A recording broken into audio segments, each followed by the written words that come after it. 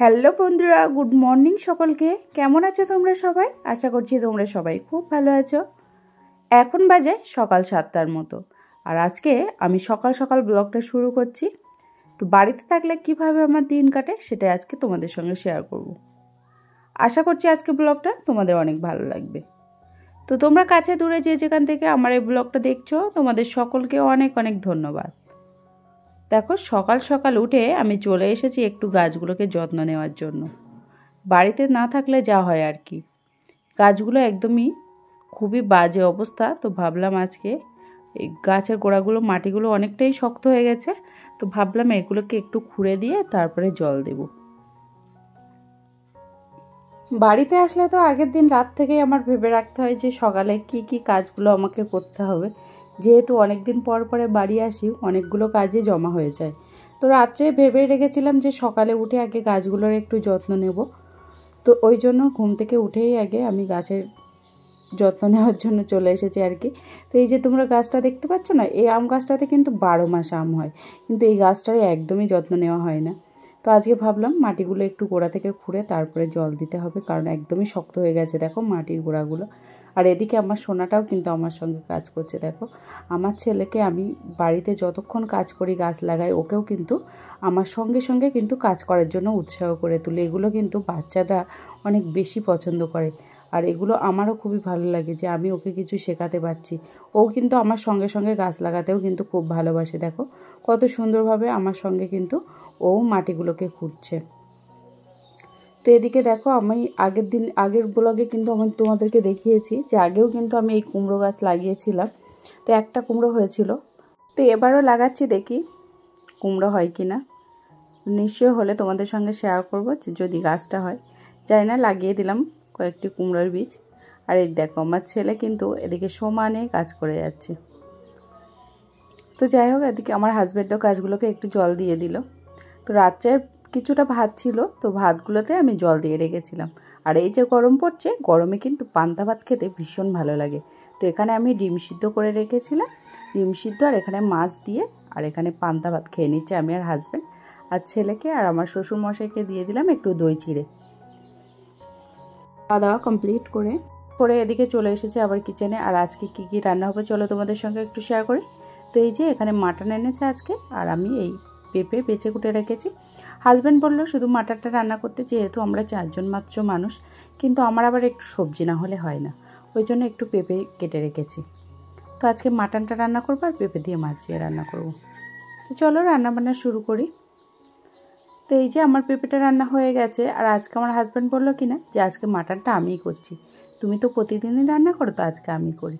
তো এমন কপাল কারা আছে বলো তো, হাজব্যান্ড নিজে থেকেই রান্না করতে চাইছে। তো আমি তো মানে কি বলবো, খুবই আনন্দ পাচ্ছি যে আজকে উনি রান্না করবেন। আজকে তার মানে আমার ছুটি। আমি পেঁপেটা আর ভাতটা করে নিয়েছি, আর হাজব্যান্ড এদিকে মাটনটা করছে। তো ছেলেরা রান্না করলে একটাই অসুবিধা, দেখো এখানে সব কিছু কৌটোগুলো সুন্দর করে পাতিয়ে রেখেছে, আর একটু ঘোটাঘুটিটা বেশি করে, এই আর কি। তো আমার হাজব্যান্ডের মতন তোমাদের কার কার হাজব্যান্ড এরকম রান্না করার সময় সব বিছিয়ে রাখে কৌটোগুলো, এত নোংরা করে, অবশ্যই কিন্তু কমেন্ট করে জানাবে। তো এলোমেলো করলেও একটা সুবিধা আছে যে রান্নাটা তো অন্তত করছে, এটাই অনেক ব্যাপার। তো যাই হোক, রান্নাবান্না কমপ্লিট করে এদিকে চলে এসছে আম পাড়তে। যেহেতু আমি বসিরহাটে চলে যাব, তো ওই জন্য কয়েকটা আম পেড়ে নিয়ে যাব একটু আচার বানানোর জন্য। তো এদিকে হাজব্যান্ড আম পেড়ে দিচ্ছিল, আর আমি আর ছেলে দুজনে মিলে আমগুলো কোড়াচ্ছি।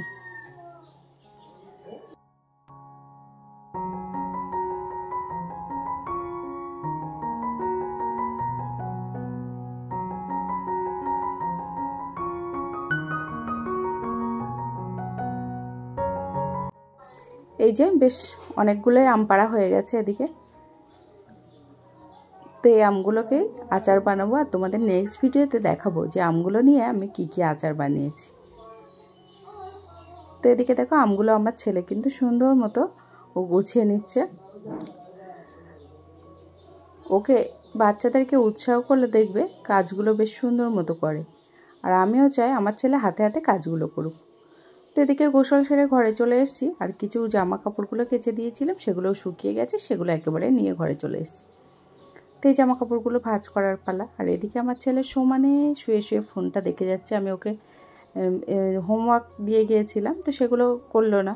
মা ঘরে না থাকলে যা হয় আর কি, খুবই ফাঁকিবাজি। তো হোমওয়ার্কগুলো না করে এখন শুয়ে শুয়ে ফোন দেখছি। তো আমি ঘরে এসে এদিকে জামাকাপড়গুলো সুন্দর মতো গুছিয়ে রেখে যাব, তা না হলে সব এলোমেলো হয়ে থাকবে। আর যত এলোমেলো হয়ে থাকে বাড়ি এসে না আমি ঠিকঠাক তাল খুঁজে পাই না। তো আজকে সবগুলো ভাবলাম যে গুছিয়ে গাছিয়ে রেখে যাব, যেহেতু ভোরে বেরিয়ে যেতে হবে। ওর আবার টিউশন আছে 7টায়, তো আমাদের তো অনেক সকালেই বেরোতে হবে, আমরা 6টার দিকে বেরিয়ে যাব। তো ওই জন্য এখানে জামাকাপড়গুলো সুন্দর করে গুছিয়ে আমি আলমারিতে তুলে রেখে যাব।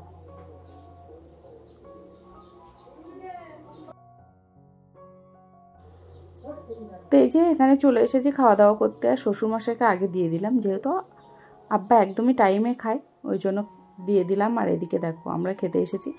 তো মাটনটার কালারটা কতটা সুন্দর হয়েছে তোমরা দেখেই বুঝতে পারছো। কালারটা এতটা সুন্দর হয়েছে মানে খেতেও নিশ্চয়ই ভালো লাগবে। তো খেয়ে তোমাদেরকে একটু রিভিউটা দেবো যে কেমন লেগেছে।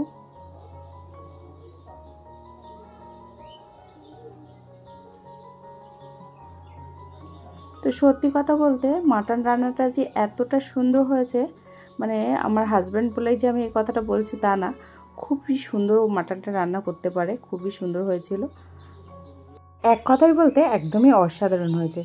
তো সামনে এরকম মাটন রেখে তো চুপচাপ বসে থাকা যায় না, তো কথা না বাড়িয়ে আমি মাটনটা আগে খেয়ে নিই। এখন বাজে বিকাল 4:30টার মতো, আর এখন আমি চলে এসেছি একটু ফল কাটার জন্য। তো ফ্রিজে তরমুজ ছিল, আর কোনো ফল ছিল না আজকে আর, তো ভাবলাম তরমুজটাই কেটে নিই। তো এখানে ঝটপট তরমুজগুলো কাটছি। আর ওদিকে হাজব্যান্ড আমার বলছে তুমি কয়েকদিন ধরে ফুচকা খাবে বলছে, চলো তোমাকে একটু ফুচকা খাইয়ে নিয়ে আসি। তো এত গরম পড়ছে আমার না বাইরে বেরোতে একদমই ভালো লাগছে না। তো আমি হাজব্যান্ডকে বললাম তুমি যাও গিয়ে আমার জন্য একটু ফুচকা নিয়ে এসো। এখন সন্ধ্যা 6:30টার মতো বাজে, আর হাজব্যান্ড দেখো এদিকে ফুচকা নিয়ে চলে এসেছে। আমি যেহেতু গেলাম না এই গরমে, তো ও ফুচকাটা নিয়েই চলে এসেছে। তো এই ফুচকাটা কিন্তু আমি বসিরহাটে থাকলে খুবই মিস করি, মানে এত সুন্দর বানায় এই ফুচকাটা। তো এদিকে হাজব্যান্ড ফুচকা রেডি করে দিচ্ছে, আর আমি আর আমার ছেলে ফুচকা খাচ্ছি, কারণ ফুচকা তো সামনে রেখে বসে থাকা যায় না। তো আমার মতো তোমরা কে কে ফুচকা খেতে ভালোবাসো অবশ্যই কিন্তু কমেন্ট করে জানাবে। আমি জানি তোমরা সবাই ফুচকা খেতে খুবই ভালোবাসো। তো যাই হোক, এখন পর্যন্ত যারা আমার এই ভিডিওটা ধৈর্য ধরে দেখেছো তোমাদের সকলকে কিন্তু অনেক অনেক ধন্যবাদ। যারা এখনও পর্যন্ত আমার চ্যানেলটি সাবস্ক্রাইব করে রাখোনি অবশ্যই কিন্তু চ্যানেলটি সাবস্ক্রাইব করে রাখবে। তো ভিডিওটি আর বেশি বড় করছি না, তোমাদের সঙ্গে দেখা হবে আবার নেক্সট ভিডিওতে। তো সে পর্যন্ত তোমরা সবাই ভালো থাকো, সুস্থ থাকো। আল্লাহ হাফেজ।